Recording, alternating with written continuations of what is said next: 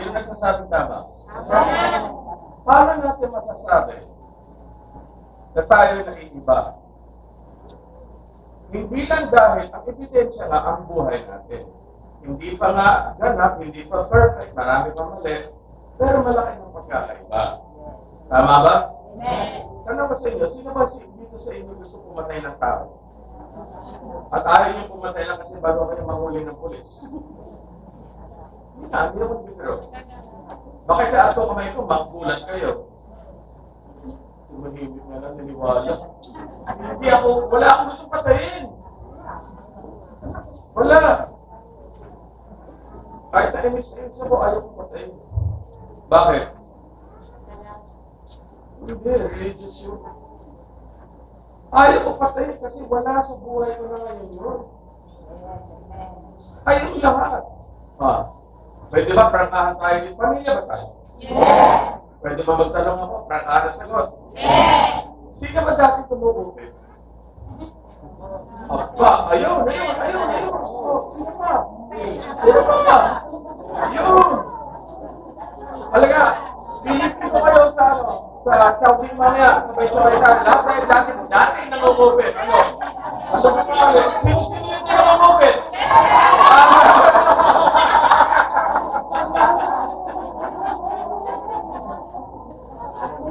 Biglang dumami, ano? At ano ko rin sa inyo? Ayun ba may gusto pang gawin na pangungupit? Nasaan ang papa ninyo? Wala na, no? Pero nung kayo natingin yung buhay ng Kristo, noong mga unang buwan, o isang taon pa, natutokso ba parang gusto nyo mangupit? Ay, sino hindi na? Binigay nyo buhay ni Christ, perfect na kayo pagkatapos? Iba yung tanong ko, sino nagsisinungaling pa hanggang ngayon? Hindi, meron pa rin, di ba? Yes. Yun lang, thank you sa Lord Jesus Christ. Kinuha niyang parusa. Pero may isa pang bagay na huwag natin kalimutan. Hindi na patuloy-tuloy yung lakas ng tukso ng pangungupit at iba pang kasalanan. Unti-unting humihina. Sino nagsasabi amen? Amen. Alam niyo kung bakit? Bago niyo pinigay ang buhay niyo kay Kristo, wala kayong Panginoon ng Holy Spirit sa loob ng buhay ninyo. Makatapos niyo tinanggap ang mensahe, narinig ninyo at naniwala kayo, yung paniwala niyo, hindi niyo decision niyo, bigay din ng Lord Holy Spirit sa inyo, nagkaroon kayo pananampalataya at tinatawag natin. Or naniwala kayo sa sinasabi, at sa araw nun sabi niyo sa puso niyo, gusto ko yun. Di ba? Yes. At that moment, pumasok na ang banal na Espiritu at nalirahan na sa loob ng buhay. Unti-unti. Yung muna sa unang sinasabi, nawala na ang mga lakas ng pagiging natin, ng pagpabibigay natin sa tukso ng mga maling gawa. Yes? Yes. Sino hindi? Ito, prangkahan na naman. Ha? Pwede ba prangkahan? Hoy, pamilya, tunay sa dito, ha? Ako, ilo-open ko buhay ko sa inyo, eh. Sabihin daw katotohanan. Tama daw.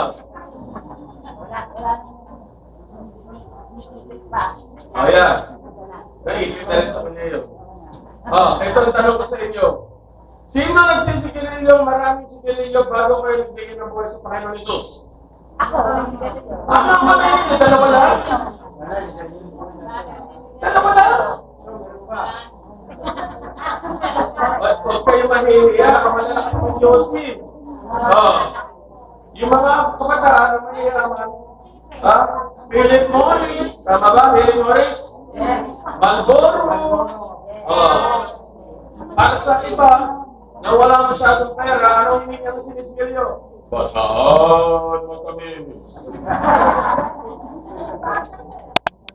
Sino ang naglalaban ng Yossi sa bibig? Ay, mahina kayo. Ang bataan matamis kayo nga eh.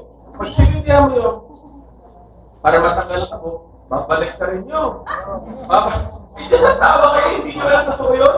Papasok nyo sa bibig, sasara nyo yung labi nyo. Ang puso ko ng sige na sige, habang naglalaban, sa umaga. Bakit binabaliktad? Kung tamaan ng tubig, di pa tayo sinilyo. Iinit ka na naman yung isa pa rin. Baka yun, matamis, di ba? Kaya nga mahaba yun eh. Alam nyo, hindi ako marunong mag-Diyos eh. Talo ko ngayon lahat sa Diyos, nakatatlong pakete ako sa araw. Pero nung ako ay linapit ko ng buwan sa Panginoon dahil sinaltak na niya ako sa kanyang kaharian, napuspos ako ng Holy Spirit, aba, siguro mga 1 week, 2 weeks, pumunta ako sa kainan. Ay, sino bang may marunong mag-Diyos dito? Anong gusto mong gawin pagkakain mo? Yes! Sindi agad ako. Paghitit ko eh. Pag gano'n ko, umiikot yung buong kantina. At ano nangyari? Nasuka pa ako. Pag masama pa kayo pakiramdam mo, anong gagawin mo? Mag-yo-yo. Maghihitit pa mas lalo. Tama? Tama ba ako? Hindi talaga kayo naniniyo. Hindi talaga kayo naniniyo. Sige na naman ako. Umikot na naman. Ako sabi ko, ano ba ito? Ay, hindi ko nagagawin mo ito. Ang panahon natin, hindi lata. Bote. Hindi nyo na nabutan nyo, no? Okay. Bote. Tanggal yung tansa. Yung gano'n ko. Pangalawa na, nahihilo na ako. Lalagay mo ngayon sa loob ng bote para mamatay na kasi may bote. What am I saying? Kasi hindi dahil sa nanalig tayo kay Kristo. Hindi dahil sa naniwala tayo sa mga sinasabi ni Kristo. Dahil nanirahan na ang Panginoon ng Holy Spirit sa buhay. Ang sabi at instructions ni Jesus sa atin at ni Pablo at yung dalawa doon ay magiging sino yung dalawa? Ako at ang Panginoon ng Holy Spirit. Hindi na dalawa yun. Isa na lang. Ayaw ng Holy Spirit ni Moses. Hindi kasi tinarawa ng Diyos naman. Hindi naman natawag. Ayaw ng Holy Spirit pag Diyos. Nagkakaisa na tayo sa Holy Spirit.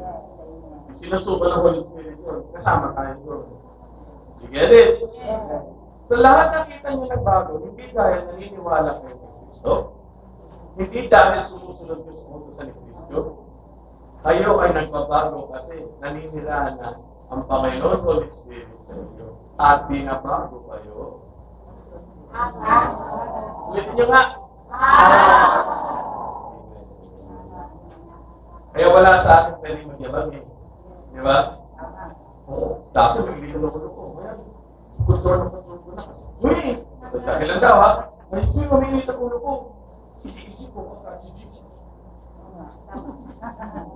Ang sabi ni Jesus, ay, yung pag-iisip ko sa akin ang ibibigay ng bago sa iyo. Kung hindi ka marunong, sasagutin mo kay Lord, yes. Sasabihin ni Lord, sige, araw-araw mo gawin yan ha. Kung iinit ang ulo, pag-iisipin mo si ko ako, sabi ni Jesus. Pero sasabihin ko sa banal na Espiritu, huwag siya munang kumilos sa inyo ha. Tignan natin kung kaya mo. Gets nyo? Yes. Ang hirap sa ating mga tao. Pilit tayo sa sarili natin. Kaya nga tayo pinilit, hindi siya pumayag na tayo pipili sa Kanya dahil hindi tayo pipili sa Kanya dahil bilib tayo sa sarili natin. Anong tinuro sa akin ni Juan Bautista? Hindi naman nga sinasambahan ha. Si Juan Bautista, ano sabi niya? Ako ay kailangan na lumiit para si Jesus ay lumiit. Di ba? Kailangan lumiit tayo. Para ang kilos ng Panginoon ng Holy Spirit sa atin ay makikilala siya mismo ang gumagawa. Hindi tayo. Ulitin natin, hindi tayo. Nagbago na ba kayo? Ako 100% sure ako malaki ng binago nyo. Pero malaki ng binago nyo. Hindi ba? Yes. Wala kayong ginawa. Sasabihin ko siya, hindi, wala kayong ginawa. Natatakot sa inyo, hindi magagawa. Ang kumikilos sa loob ninyo para magbago kayo ay ang Panginoon ng Holy Spirit. Hindi niya idadaan sa isip ninyo. Hindi niya idadaan sa isip sa utak. Kung magiging yun, sumalit na yung iba sa akin. May bigla natakot. Hoy! Ano ba akala niyo? Kayo talaga na tumikilos sa loob ng buhay niyo? O kung meron dito sa inyo, alam ko kayo, naisip na ako yun. At nagbago na ako, kilala ko si Jesus. Ay. Hindi siya pagkakamali. Ang siya. Sige nga. Tandaan niyo, sana ka nag-start nyo. Tignan natin ang sinasabi nyo. Ano ang kasalanan? At bakit tila ito ay umaakit pa sa akin? O, tanangin natin yun. Ano ba talaga ang kasalanan? At bakit ito ay umaakit pa sa akin? Ha? Ibigay niyo sarili niyo. Kung bakit umaakit pa ang kasalanan? Kasi ako may kasalanan. Sasabihin niyo. O. Di wala na kayong pag-asa pag ano. Makinig kayo. Pwede ba? Yes. Forward? Upang maunawaan natin ito, tingnan muna natin ang ibig sabihin or kalikasan ng kasalanan, the nature of sin. Ano ba talaga kalikasan ng kasalanan? Marami sa inyo, banggit tayo ng banggit ng kasalanan, pero hindi na talaga alam kung ano yun. Maghihingi ako ng volunteer. Volunteer kayo. Sino ang magsasabi ang kahulugan ng salitang kasalanan? Taas na kamay. Gagalit. Ibig sabihin, nagagalit. Halimbawa yun ang kasalanan, hindi yun ibig sabihin ng salitang kasalanan. Ano ibig sabihin ng salitang kasalanan? Yung nagpaparumi sa tao. Ha? Nagpaparumi sa tao. Nagpaparumi daw sa tao. Pwede na rin, pero may kulang. Ano pa? Ang karamihan dito ayaw magtaas ng kamay kasi alam nila babarahin ako ni Bob. Hindi ko kayo babarahin. Mapakita ko na katotohanan. Yes? O, tingnan ito. Ang kalikasan ng kasalanan. At pagkatapos natin makita anong kalikasan ng kasalanan, tingnan din natin kung paano ito hinarap ni Jesus para sa atin. Wala namang kasalanan si Jesus. Kailangan ba niya harapin ang kasalanan? Para sa Kanya. Hindi ba? May kasalanan ba si Jesus? Wala. So kailangan ba yung harapin ang effect ng kasalanan sa Kanya? No. Hoy, sagot! No. Sabi niyo walang kasalanan. Yes. Tama ba kayo? Yes. Wala talagang kasalanan si Jesus. Yes. Yung walang effect ng kasalanan sa Kanya. Why effect? O, ayaw niya naman. Ayaw man. Hindi kayo pwede mag-yes at the same time tapos sasabihin ko malaki na sabihin sa kabila. Kung hindi nyo naniniwala, o naniniwala pala kayo, na walang kasalanan si Jesus, di ibig sabihin, wala nang effect ang kasalanan kay Jesus kasi wala siyang kasalanan. Yes. Tama kayo? Yes. Ha? Ang tinatanong ko, Mother, may kasalanan ba si Jesus? Wala. Meron. Sa kanyang sariling kasalanan. Meron ba siya? Ha? Sigurado ka? Nagdududa ka ata eh. Ha? Kaya ba gumawa ng mali si Jesus kung may kasalanan siya? Wala.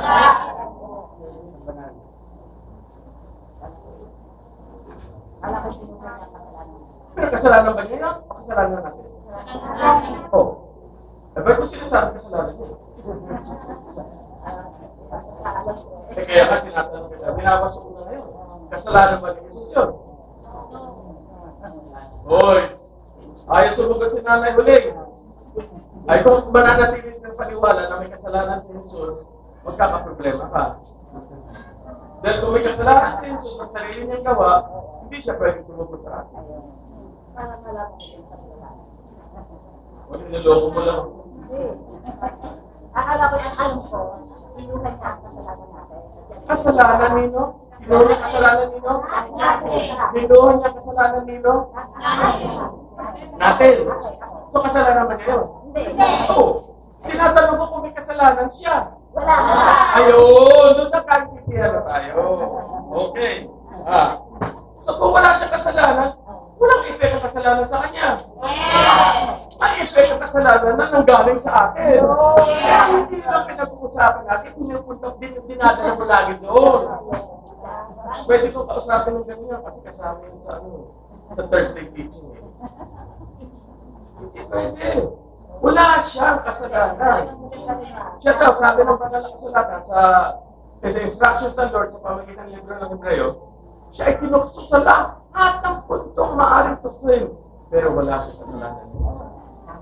He was tempted at every point. And yet he did not sin. Ha? Gets yun? So kung wala siyang sariling kasalanan, yung wala siyang kailangan harapin sa kasalanan, then wala siyang pakiyo. Yun lang. Hinarap niya yung kasalanan at yung effect ng kasalanan, hindi para sa kanya, dahil wala ka siyang sariling kasalanan. Ginagawa niyo yun para sa atin. Gets nyo? Yes. Okay, so, let's look at, hindi ka na makamove on, doon ka rin nandun, O sige. Princess, kung nabala rin sa ina mo. Ano ba talagang kasalanan? Ito, ang tanong ko. Ang kasalanan ba ay isang pagkilos ng tao, paggawa ng isang bagay, o isang likas na kalagayan sa buhay? Ito ba isang practice, ang gagawa, action, yung ba kasalanan, o yung ba'y kalikasan? Kalikasan. Sure kayo? Yes. Sino naniniwala ang kasalanan ay action? Pagsisinungaling. Kasalanan yun. Yes. Sino sabi no? Bakit? Ang pagsisinungaling nga po ay kasalanan. Oh, hindi wala na tayong pag-uusapan.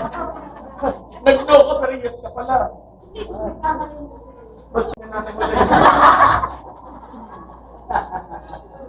Ngayon, sasabihin ko sa inyo, ang pagsisinungaling ay, sige, gawin din natin. Wasto ba yun o muli? Mali.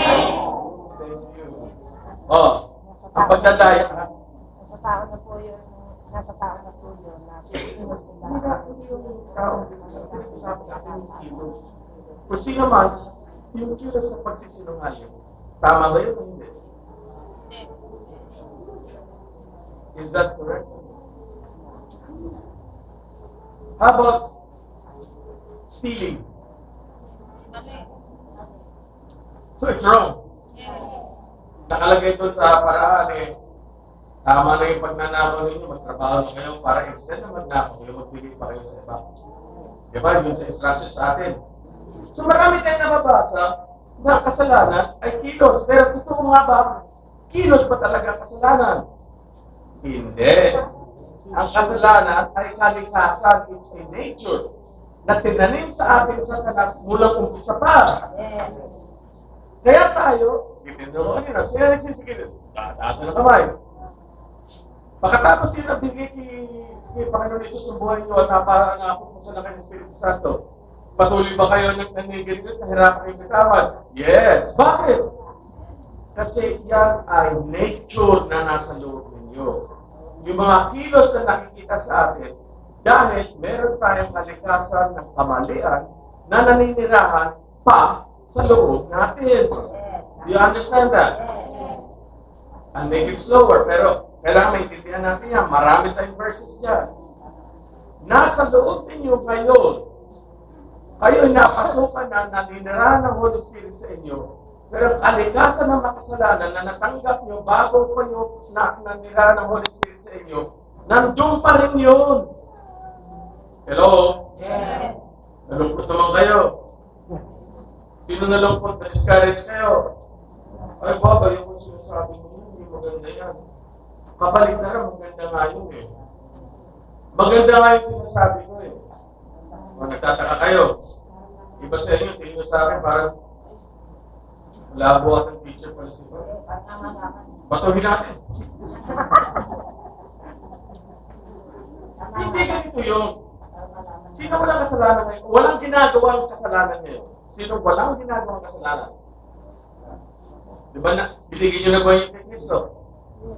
Ay, lakas. Yes, ano? Yes.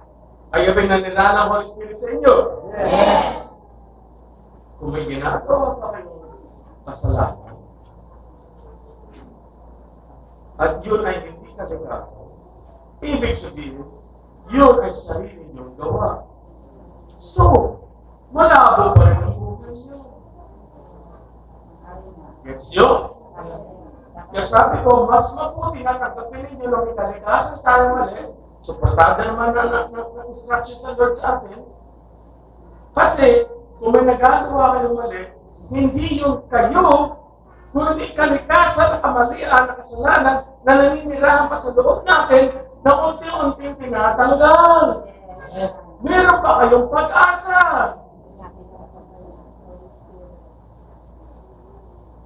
Parang hindi mo ata ulitin. Ang sabi nga, at saka na naunawaan niya. Ikain na lang natin masarap kaya ito. Walang nangyayari.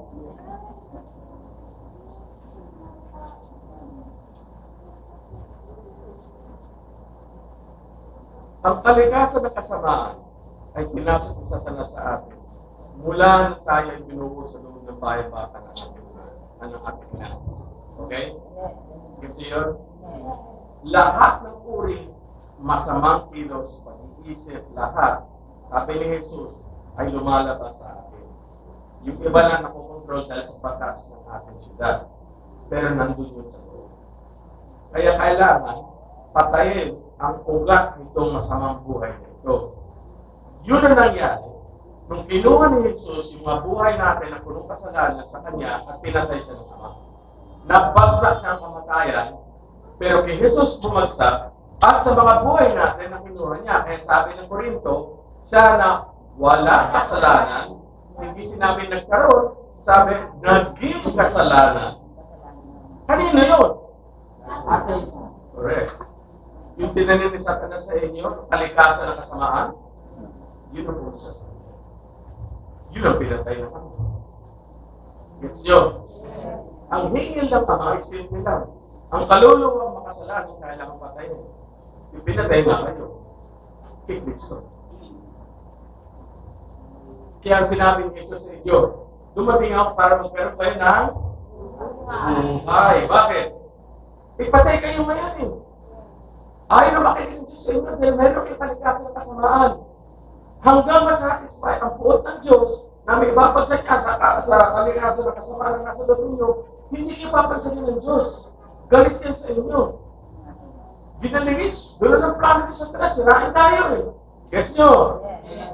Nung nasa krus tayo si Jesus nasa krus eh, lahat ng kasalanan ng lahat ng tao na tinawag ng Diyos mula ng simula ay naging Jesus at pinatay ng Ama.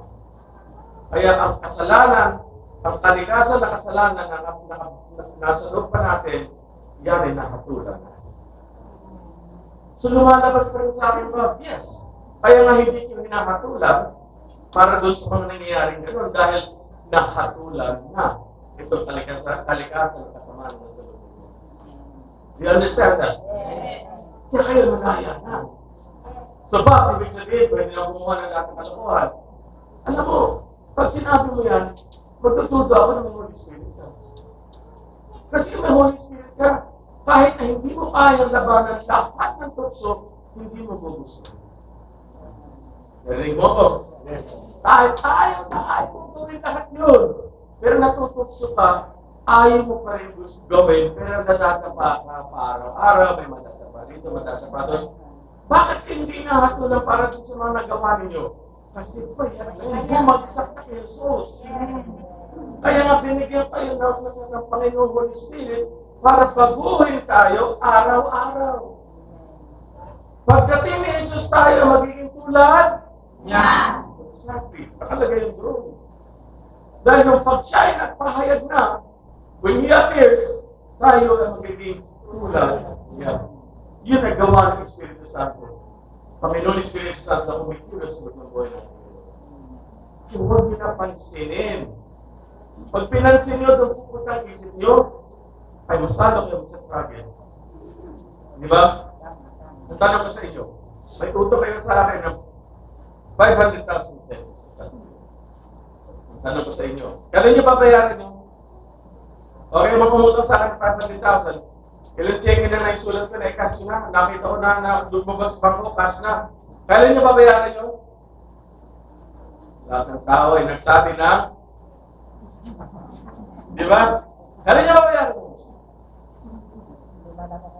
Ngayon, pag may dumating na isang tao at nagbayad sa akin ng malaking amount sa salapi at tumbas ng mga utang yung lahat sa akin, sasabihin niya, oh, malaya na kayo. Huwag niyo na isipin ang utang yung isa pa. Binayaran ko na para sa inyo. Matutuwa ba kayo? Yes! Meron pa ba sa inyo lalapit sa akin? Sir, pasensya na lang sa utang ko. Kasi binayaran na lang sa akin. Utang ko yung sorry. Meron ba gagawin pa sa akin? Bakit tayo, pag nagkakamali tayo sa harap ng Panginoon, nakala natin galit na naman ang Diyos sa atin. Na binayaran na ngayon. Pinatay na niya ang kanyang sariling anak para sa atin, para sa kasalanan natin. Bakit pa tayo pabalik-balik doon? Sasabihin ng iba, para hindi ako maging, na walang pakiramdam. Nako, huwag niya ako bibigyan ng ganong klaseng kaliwanag at ako hindi sasabihin ko na sa inyo, hanapin niyo sa Bible yan. Hanapin niyo sa banal na kasulatan, ituro niyo sa akin yan ang instructions ng Lord. Laging babalik sa Kanya at ilalakas niyo ang inyong kasalanan sa harap ng Diyos. Pakita niyo sa akin ang instructions ng Lord din sa inyo. Pag meron yung papakita sa akin, maniniwala ko. Pero sasabihin ko sa inyo, wala kayong makahanap kasi hinanap ko ng ilang taon niyo. At sasabihin ko sa inyo, pag wala kayong pananampalataya sa pagkuha ng Panginoon Jesus ng kamatayan para sa inyo, ang problema niyo hindi yung kasalanan niyo, pero yung ayaw niyo maniwala sa ginawa ni Jesus. Yun ang tunay. Are you with me? Yes! So balik tayo. Ano yung kasalanan? Kalikasan o gawa? Kalikasan. Sabi ng iba, kalikasan at gawa. Kaya nga nagagawa kasi may kalikasan ng mali. The nature ng kalikasan ay gumagawa ng mali. Yun lang binayaran na. Pinatay na si Jesus. Gets nyo? Hello? Gets nyo? Tinanggapin nyo sa ng Panginoon Jesus ang ating kamatayan para malaya na tayo sa atin. Dumating ako para magkayo tayo ng buhay at buhay na walang hanggan. Are you with me? Yes! Okay. So, kung malinaw sa atin yun, na kasalanan na naninirahan sa loob natin, tinatawag natin mga naninirahan na kamalian o naninirahan na kasalanan na nasa loob pa natin, bayad na yan. Hindi nyo makukumpara ang sarili nyo sa mga tao sa sanlibutan. Bakit? Hindi nila tinatanggap ang trabaho ng Jesus. Hindi pwede bumagsak. Ang kalayaan na binigay sa atin dahil sa ginawa ni Jesus sa kanila, dahil hindi nila tinatanggap ang ginawa ni Jesus. Are you with me? Kaya nga tayo, masyado tayo nang gigit-git, baka nakarinig tayo ng mga tao na akala nila kapag naniniwala o nagsisimba o nagbibigay ng mga sacrifice sa Lord, masaya na ang Lord, pwede na bumamas na magbubukusan na ako sa libro. Kalokohan! Pero Bob, sabi mo may kasamaan tayo sa loob. Kalikasan pa. Nawamatay na ka. Tama. Kapit magagalit ka.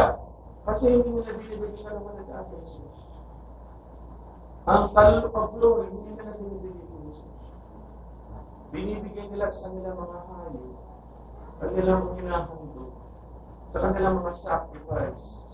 Ako yung magdurunsabi mula sa umpisa ng church, pinto hanggang sa altar. Tapos nakaluhod ba? Tapos ako hindi ko pabalik sa kabila ng kamay ko, pero parehong dalawang tuhod ko pa rin gagamitin ko. Anong connection nun sa ginawa ni Jesus sa krus?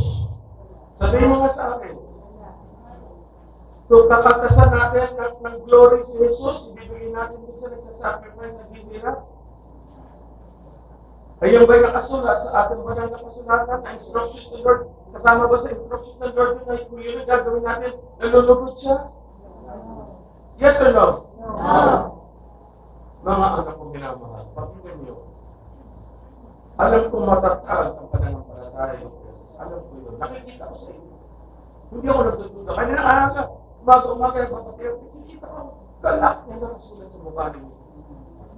Ngayon sinasabi ko ito para maniwala kayo na hindi kayo nagkakamali. Hindi kayo sumasablay.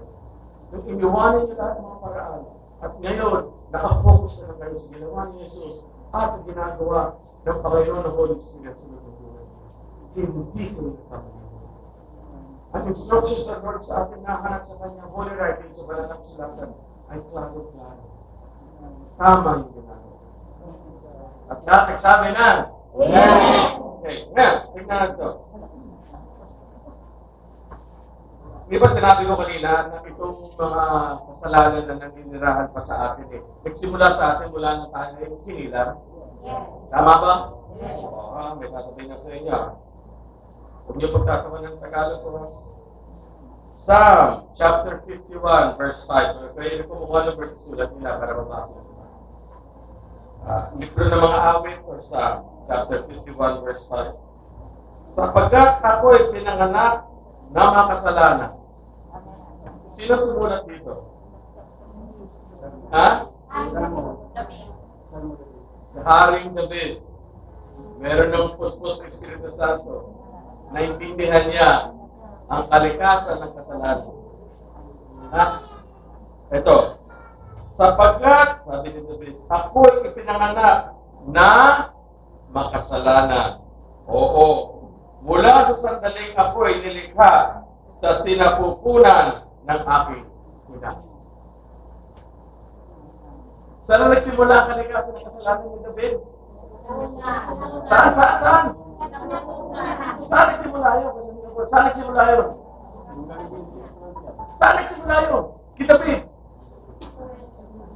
The moment nagkaroon ng buhay si David, makasalanan na. Ano skala natin? Tayo, iba? Ganun din tayo. The moment na nagkaroon ng buhay natin sa loob ng bayabata ng ina, makasalanan na yun. Ha? Makakapili pa ba kayo na, ay, ayaw kong gano'n, gusto ko walang kasalanan, makakapili pa ba tayo yun? O given na ba yun? Given na. Given na yun. Diba? Isa pa, para makita natin. Ephesians, chapter 2, verse 2 to 3.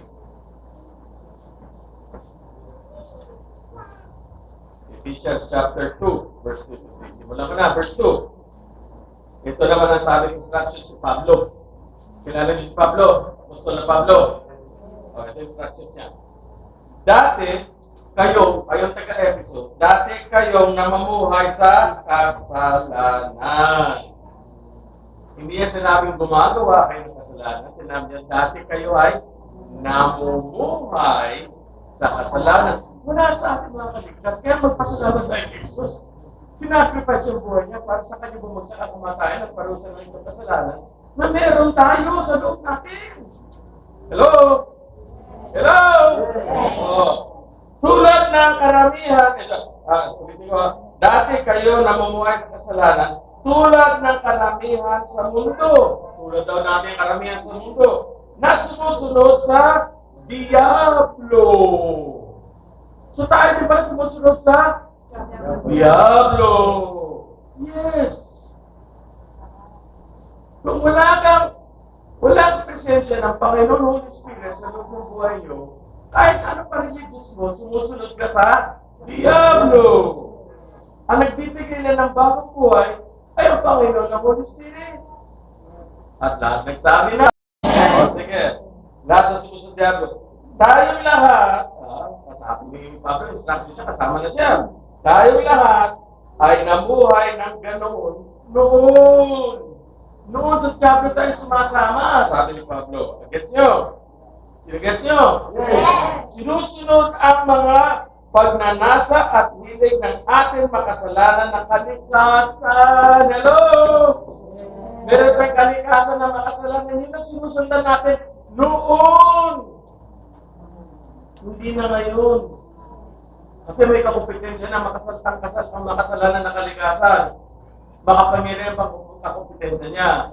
Ang kakumpetensya niya, ang Panginoon, banal na Espiritu, na siya nagbigay ng bagong buhay sa inyo. Walang laban ng kalikasan. Ang kamatayan ng kasalanan ng kalikasan. Wala siya. Kaya nga namatay si Kristo dahil siya. Okay.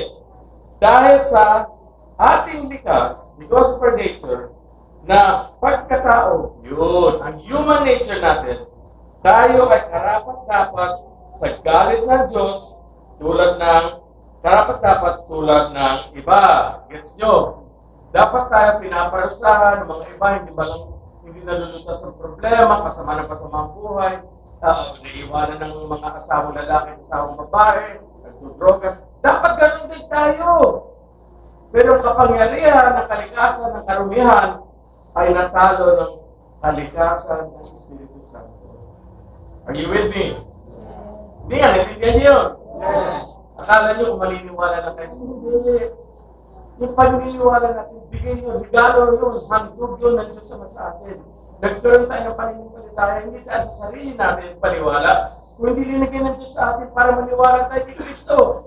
Para mapunas na ang ating kasalanan at pumasok na ang banal na Espiritu para baguhin tayo araw-araw.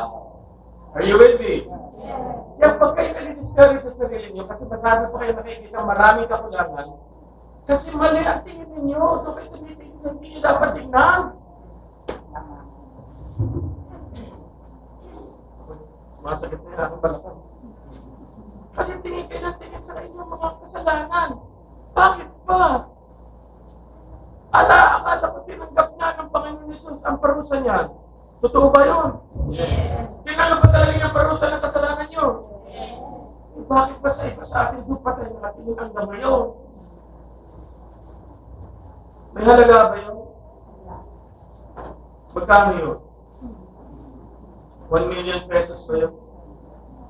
May 1 million pesos ba yung kalikasan na kasamaan sa atin? Sino nagsabi meron? Sino nagsabi wala? Sino nga yung magtaas sa kamay? Ang tanong ko sa inyo, wala naman ba? Hindi naman isusweldo na kalikasan na kasamaan. Bakit yung pahinahanan? Hello? Sino ba nag-protect sa inyo? Ito para na katakot-takot ng bagyo. Sino ang nagtugpo at nagtago sa inyo at pinotektahan? Sino? Sino? Hindi ko marinig. Bakit itingin sa inyo kasalanan? Samantalang bayad na yan. Yung kasalanan nakikita niyo sa inyo, kaaway niyo sa siya, magkirapit niya ng pansin niya. Walang mabibigay na makatuwaan yan sa inyo. Ang ibibigay lang sa inyo niyan ay pag-iisip na nakakulot ang loob niyo. Sabi ng ibang tao sa akin, saan ba bakit pa lagi ko nakita, lagi ko nakangiti? Anong gusto niyo? Araw-araw ganito ako? Gusto niyo? Ayaw. Ha? Papasok ako sa pinto, tapos labungin niyo ako. Ay, sir ba? Good morning! Gusto niyo ba ganun? Ayaw. Oo. Huwag naman. Ang ibig na sabihin, meron ka bang kasalanan ba?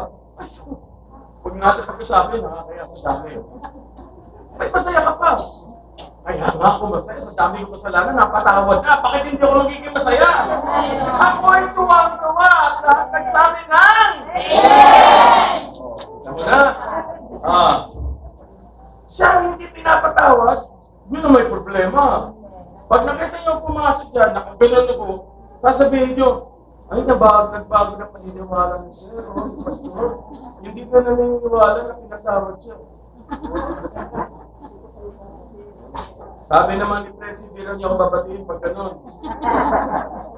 Sabi ko naman sa sa sarili ko, kung hindi ako babatiin ni Presi pag gano'n, baka yung mga iba hindi rin ako babatiin. Baka ganito na lang ako. Para hindi na ako binuhin. Good morning, Sir Bels! Anong good morning dyan? Hindi pwede. Paano ko gagawin yun? Nasa lahat ng kasalanan ko, kailangan akong durugin ng milyon beses nahulog na sa ibang tao.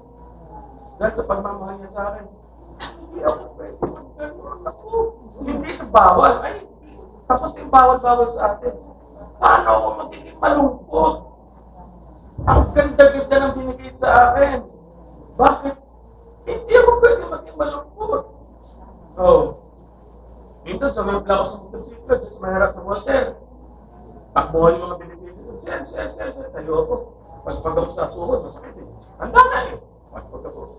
Dapat tingin ko sa lang. Tatawa ako eh. Thank you! Sabi nung isang bata sa likod, natawa pa. Ano ba naman ikukumpare ko yung sakit ng tuhod ko, yung sakit ng galos ko? Napatapan ako sa lahat ng kasalanan ko. Bakit ako magbabago na ugali? Lord, thank you. Nalilinig yung talagang pasalamat ako sa iyo. Thank you. Thank you. Thank you. At lahat nagsabi na. Amen. Di ba ganun siya yung testimony niyo? Kaya meron na yung panikasan ng kasamaan ng panungan. Meron pa yan. Ito para sa magandang balita. Unti-unti nawawala yan. Ang galing niyo right now, maniwala kayo sa akin. For the Spirit of the Lord, Panginoon Espiritu Santo ay binabago kayo, sabi ng banal na kasulatan, araw. Every day, binabago kayo ng Holy Spirit. Hindi kayo kailangan tumulong sa Kanya. Pag ikaw tumulong sa Holy Spirit, papalungin pa ang kamay niyo. Kasi nakikialam kayo sa isang bagay na hindi wala kayo kaalam. Tandaan niyo ba na malit kayo? Baka hindi. Numalit ako pag nagkayos tatay ko sa kotse, yung preno ng kotse, kakalasin niya, nilinisan niya. Dadating na si Bob. Makikialam ako sa toolbox. Ano sasabihin sa akin? Huwag niyo magalit, wala pa siya sa Panginoon. Lektak ka ba? Pumasok ka na! Bakit? Nagbubulo na ako, wala akong alam Kayo ba, alam niyo kung paano babulo yung sarili niyo? Huwag na kayo. Magpasalamat. Amen? At lahat nagsabi na? Amen. Okay. Ito, meron tayo. Romans 3:23. Sapagkat ang lahat ay nagkasala. Ilang daw? Lahat. Hindi ba Diyos susulat ng instructions para sa atin to? Hindi ba? Hindi ba? Instructions to para malaman natin. Isinulot ng Diyos sa pamamagitan ng kamay ni Pablo, sapagkat ang lahat ay nagkasala. Walang nakakalusot ng isa. Isa lang naman nakalusot dyan Jesus. Di ba? Amen ba? Bored na ba kayo? Wala pa naman bored kayo. O sige. Romans 5:12. Chapter 5 verse 12. Sa kadalihan yun, dito, sa pamagitan ng isang tao, pumasok ang kasalanan sa sanlibutan. Sino yun? Nagbigay ng kasalanan sa sanlibutan. Sino? Hindi, tao daw, tao. Ito, sa pamagitan ng isang tao, pumasok ang kasalanan sa sanlibutan. Sino yun? Ha? Tao nga, hindi pwede. Sino sabi mo? Si Adan. Si Adan. Sorry. Yun na. Tanda na talaga.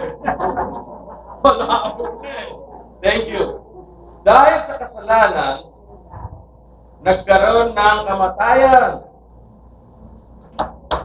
Sama, Ulitin natin, Sino nagkaroon ng kasalanan daw sa sanlibutan? Si Adan. At dahil sa kasalanan, nagkaroon ng sama ng ginawa ni Adan. Ano? Dahil sa kasalanan, nagkaroon ng kamatayan, at ang kamatayan ay dumating sa lahat. Sa ilan? Lahat ng kasalanan. Kasi dumating ang kamatayan sa lahat sa lahat ng tao, sapagkat nagkasala ang lahat. So kung sino magsasabi, hindi ako accepted ako dyan, naku, iwasan niyo yung tao niyan, malawag dumag-ispiyan. Kailangan ng gamot niya. Hindi ikaw, napatingin lang ako dito, ako sabihin ko kita.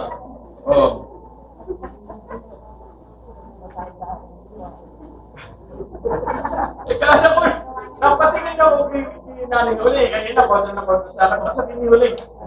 Hindi naman kita. Ay, pumapakit ng buha. Kala ko, naiyak.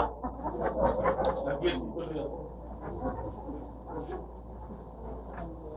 Ako ba tinatanggap niyo yung lingkod ng Diyos? Yes! Meron ba likod dito sa ganito biro ng biro? Alam mo sarap sa akin. Doon natin susukatin pagkatapos tayo maagaw. Tatanungin niyo, Lord Jesus, si Sir Bob, tunay ba yan? May katumba siya dito, tawa rin nagtawa po. Talagang ganun yun. Ganun na lang ano. Basahin natin ito. Romans, chapter 7, verse 18 to 20. Ulitin natin. Romans, chapter 7, verses 18 hanggang 20. Simula sa 18, 18. At alam ko, ang ginagamit ng Panginoon, magbigay ng instruction sa atin dito sa, ay si Pablo. Ang ginamit siya ng Diyos, may sulat niya ito para sa mga tao sa Roma. Pero umalat yan sa lahat ng mga paniniwala sa Kristo. At alam ko na walang mabuting nananahan sa akin. Sino nagsabi nun? Sino? Si Pablo. Sa lahat ng ginawa ni Pablo, lahat ng mga accomplishments niya, sa lawak ng mga effect na kanyang ginawa, masasabi niya yun. Ulitin ko. At alam ko na walang mabuting nananahan sa akin. Napakalupit ni Pablo. Successful na successful. Pagkalat ko ng mensahe ng kaharian at tinatanggap pa niya. Kahit na gano'n ang effect sa akin, walang mabuting naninirahan sa akin. Wala. Amen? Kaya tayo, pag sinabi na wala na ang kasalanan, malabo yun. Ito, wala na nanangaan sa akin.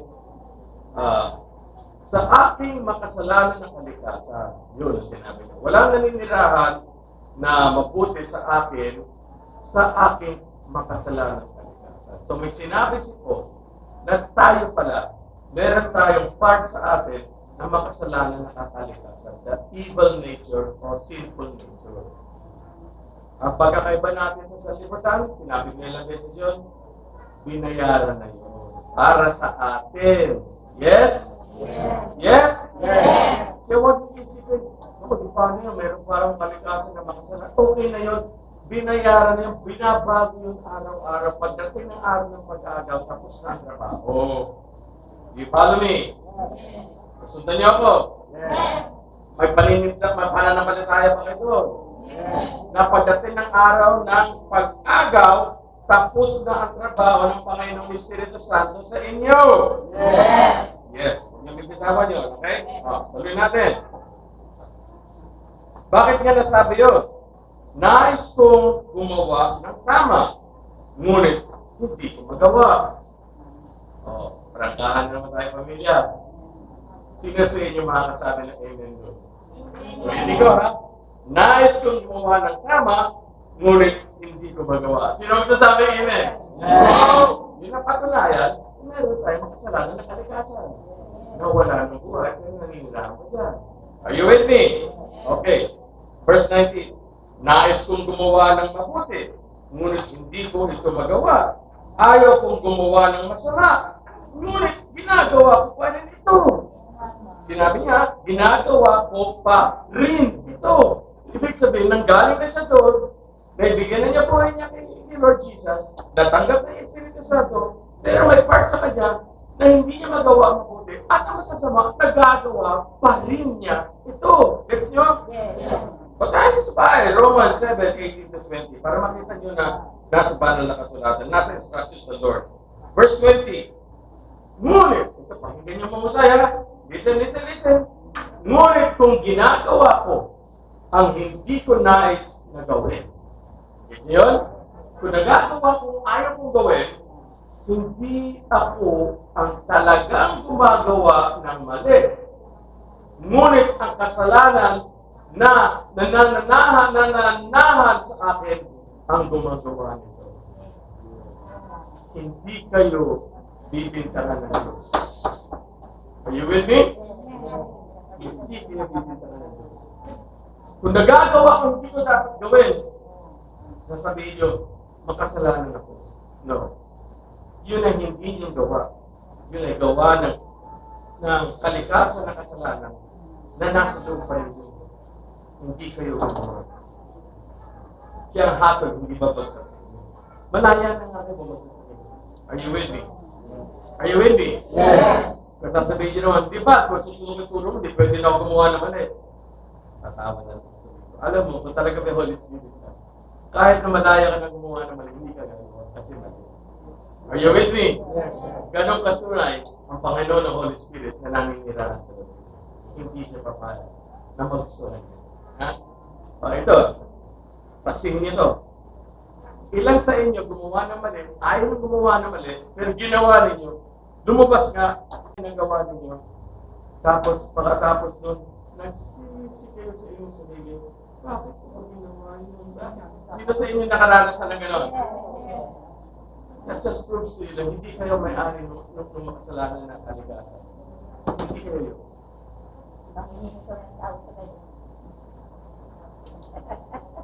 Babalik na naman tayo sa dati mo. Alam mo na halata ka, kung nagtatanong ka, bumabalik ka na. Ayaw talaga tanggapin na hindi ka na hinahapulan ng Diyos. Sa inyong dalawa na yung dalawa.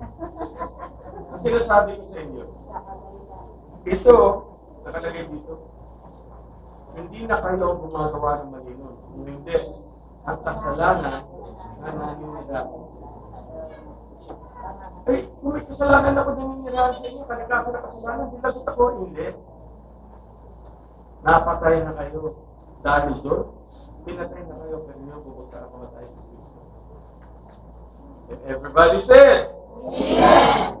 Nanayan na kayo. Now, I have to stop kasi tayo ay nasa 12 o'clock na. May isang verse na lang babasahin, tapos prepare na tayo for next Sunday. Itong verse ito sa Romans 3:24. Ha? Ngunit, sa kanyang biyaya, ano yung sabihin nun? Paliwanag niyo sa akin yun. Sa kanyang biyaya. Ngunit sa kanyang biyaya, ano yung sabihin nun? It says, ano yung sabihin nun? Because of God's grace, thank you, Ruth, malaya tayong itinuturing na matuwid sa paningin ng Diyos. Sino may kalikasan na kasamahan pa sa buhay niyo? Sabi dito, ngunit, dahil sa ginawa ni Jesus, tawag natin ng biyaya, malaya tayong tinuturing na matuwid sa paningin ng Diyos. Ang tingin ko sa inyo, matuwid. Lahat tayo may kakulangan. Kaya nakakatulan natin sarili natin. Kaya kailangan natin inutuyo. Kailangan natin inutuyo pagkakatod sa ating sarili. Bakit? Pinatulan na kasi tayo. Amen? Amen? Huwag yung nakatulan sa sarili nyo. Kasi nakalagay dito. Sigurot nyo na Diyos. Instructions para sa inyo. Ang turing ng Diyos sa inyo ay matuloy. Pero marami pa akong supply. Sasabihin ko, anong pakailan ko? Sinabi ko na sa inyo, ang turing ko sa inyo ay matuloy na. Kung magmamatikas pa ako, bahala na kayo dyan. Basta sinasabi ko na sa inyo, ang tingin ko sa inyo matuloy na kayo. Tatanggapin niyo yan o hindi? Baka naman tatanggapin niyo, sasabihin niyo, pero Lord, pero ayaw. Hindi na kayo papanunan. Bakit? Eh wala, nakatigasan na ng ulo. Nakatigasan na ng ulo yan. Balikan na naman sa pagkakamali.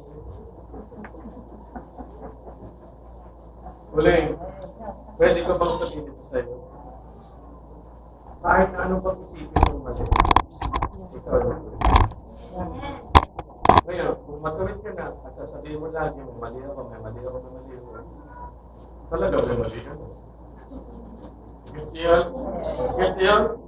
Kung sinabi ng Diyos sa'yo na matuwid ka na, at lagi mo sasabihin, nasasabi ko ito kasi ako parang tatay nila, di ba? Di ba?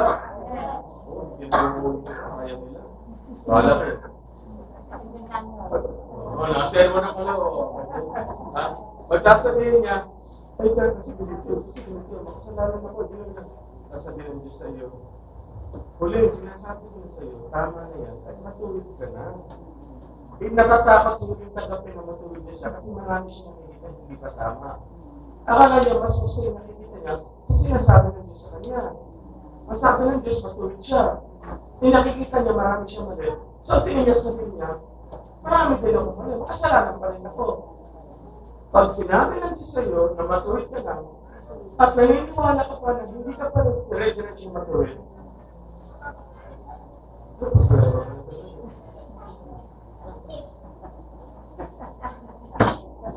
Saan ba kayo nagkakaroon ng guro at nagmamahal na spiritual na ama na didiretso ko yung guro? Ha? Pwede ko rin iwanan yan. Tapos paglabas ng church, sasabihin ko, bahala siya. Di ba? Gusto niyo ba, ganun ang gawin ko sa atin lahat? Bahala na, sino ayaw mo yun? Huwag. O gusto niyo ba gawin ko sa inyo yung ginagawa ng huli ko? Magkinig ka muna. Sinabi ng Diyos, matuwid ka na. Ito, basahin ko ulit. Ngunit sa kanyang biyaya, di ba sinabi ni Pablo, ang gusto kong gawin, hindi ko nagagawa. Ayaw ko gawin, nagagawa ko. Ito naman. Ngunit sa kanyang biyaya, si Pablo din, malaya tayong itinuturing na matuwid sa paningin ng Diyos. May pagkakaiba pa tayo interpretation niya o diretso na yan? Sumatuwid na kayo sa mata ng Diyos? Yes! Ay, ano pang mangyayadadaan? Kasi hindi dahil binabaliwala niya. Hindi nga niya binaliwala. Kaya nga namatay si Kristo. Hinatulan niya para sa ating kabalian. Ginagamit niya sa sacrifice ng kanyang anak para sa atin. Yes! Kaya tingin niya sa atin matuwid na. Ginawa niya ito sa pamagitan ni Kristo Jesus nang pinalaya niya tayo mula sa kaparusahan para sa atin mga kasalanan. Tayo'y malaya na. Ang nagbibigay buhay sa inyo ngayon, hindi ang inyong isip, hindi ang inyong paniniwala, hindi ang inyong pananampalataya, hindi ito, hindi. Kundi, ang ginawa ni Jesus, bumagsak ang kamatayan sa Kanya para malaya na kayong tanggapin ng Panginoon, Holy Spirit, na siya ay buhay na buhay sa loob ng mga buhay ninyo. Yung sinasabi nyo, talikasan ng kasalanan, patay na yan eh. Sabi niyo, Juan Bautista, alam mo, ang dami niyo pupunta sa nagpapabaptize pero buhay na buhay kasalanan sa inyo, hindi niyo alam. Ang palakol tinagana ang ugat niyan. Yung ugat ng ating kalikasan ng kasalanan, pinutol na! Pinutol na! Eh bakit nandito pa? Pag pinutol natin ang ugat ng isang puno, bukas pa, patay na yan. Yan ang nangyayari sa atin. Pero may pangako sa atin. Pagdating ng araw ng pag-araw. Pagpahayag niya sa sarili niya sa atin, tayo ay magiging tulad niya. Do you believe that? Yes! Mga anak, please. You are the family. I love you very much. Ito sasabihin sa inyo. Huwag yung bibitaw. Kahit na ano pa makita na mata natin, ang sinasabi ng ating puso na nakikinig sa boses ng Espiritu Santo, you at dapat mo. For we live by faith and not by sight. Tagalog, tayo namumuhay sa pamamagitan ng ating pananampalataya sa dati tinuturo sa atin, hindi sa pamamagitan kung ano nakikita. Sino ba rito ay sasabihin tatanong ko bago na mag-close? Tatanong ko sa inyo, sino ba rito ay tumitingin sa salamin sa umaga? Pagkabangon nito, pagkakilamos, pagkaayos ng buhok. Sino tumatumitingin sa ano? Sa salamin? Lahat, ano? Yes! Pero hindi ka natatakot. Oo, natawa kayo. Pero hindi ka natatakot pag nakita yung mukha ninyo sa salamin. Di ba? Ayaw nila ang direksyon ng usapan nito. Alam niyo bakit hindi kayo natatakot kahit anong itsura ng mukha ninyo? Huwag niyo sabihin naka-makeup kayo pag natulog kayo sa gabi. Ay naku, kailangan mag-flash ang muna ako, baka pugising ko bukas wala ko lang. Meron bang gano'n o tinatanggal yung lahat? Lipstick, tinatanggal nyo rin. Di ba? Pagtingin nyo sa salamin, next day, may makeup pa kayo at lipstick, wala? Hindi kayo nagugulat. Alam bakit? Kasi kayo mag-faith. Meron yung pananampalataya. Kasi alam ninyo, hindi yun ang tunay na itsura ninyo. Hindi nyo ba na-repair sinasabi ko? Hindi ko na ipapaliwanag ito ulit next Sunday or sunod. Kasi pagkita ninyo kahit anong tanda ng tingin ninyo, o anong bulok-bulokot na nakikita ninyo, kung ano pa ang tawag ninyo, kung sa matagalot, ang tawag ninyo, tira, or labi na kung gano'n. Kahit na anong kita ninyo roon, nasanay na kayo, ang okay na sa inyo. Yun ang tinatawag na faith. Kasi meron din kayong alam, pagdating ng araw ng pag-asa, lahat yun. Kung kaya natin gawin yun every morning, sa itsura natin sa ating salamin, dapat kayanin din natin makita ang mga maruming bagay na lumalabas at itabilang natin. Hindi na natin i-focus. Balik tayo sa Panginoon at sa Panginoon Holy Spirit. Diba? Yes.